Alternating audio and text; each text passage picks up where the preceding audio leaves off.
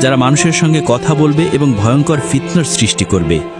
দাজ্জাল আকাশকে আদেশ দিবে, ফলে মানুষের চোখের সামনে বৃষ্টি হবে এবং জমিনে ফসল গজাবে। সে একজন মানুষকে হত্যা করবে এবং সবার সামনে আবার জীবিত করে বলবে, হে মানুষ, এই কাজ কি আল্লাহ ছাড়া আর কেউ করতে পারে? এই কথা শুনে অনেকে তাকে সত্যিকারের প্রভু মনে করে বিশ্বাস করবে এবং তার অনুসারী হবে। ধীরে ধীরে তার ফিতনা ছড়িয়ে পড়বে আর তার অনুসারীর সংখ্যা বৃদ্ধি পাবে। কেবল অল্প সংখ্যক প্রকৃত মুমিন তার ফিতনা থেকে রক্ষা পাবে। তারা সিরিয়ায় জাবাল আর দোখান নামক স্থানে আশ্রয় নেবে। তখন দাজ্জাল তাদের ঘেরাও করবে এবং চরম কষ্টের মুখে ফেলবে। ফলে তারা ভয়াবহ দুর্ভোগের সম্মুখীন হবে।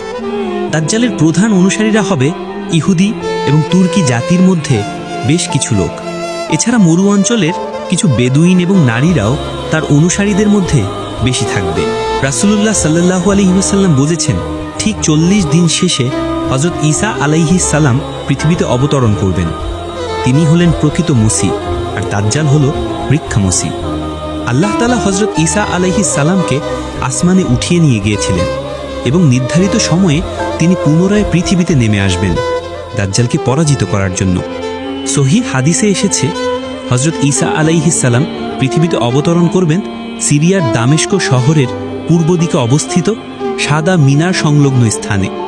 এরপর তিনি ফিলিস্তিনের লুদ নামক স্থানে দাজ্জালকে ধরে ফেলবেন এবং সেখানে তাকে হত্যা করবেন। এভাবে দাজ্জালের চূড়ান্ত পরিণতি ঘটে যাবে এবং তার সৃষ্টি করা ফিতনার অবসান হবে। এছাড়াও এক হাদিসে রাসূলুল্লাহ সাল্লাল্লাহু আলাইহি ওয়াসাল্লাম বলেছেন, দাজ্জাল একচোখা হবে, তার ডান চোখ অন্ধ, যেন আঙুরের মতো ফোলা দানা। মনে রেখো, তোমাদের প্রতিপালক একচোখা নন। দাজ্জালের কপালে স্পষ্টভাবে লেখা থাকবে কাফির। আশ্চর্যের বিষয়, প্রতিটি মুমিন সেই লেখা পড়তে পারবে, সে শিক্ষিত হোক বা অশিক্ষিত।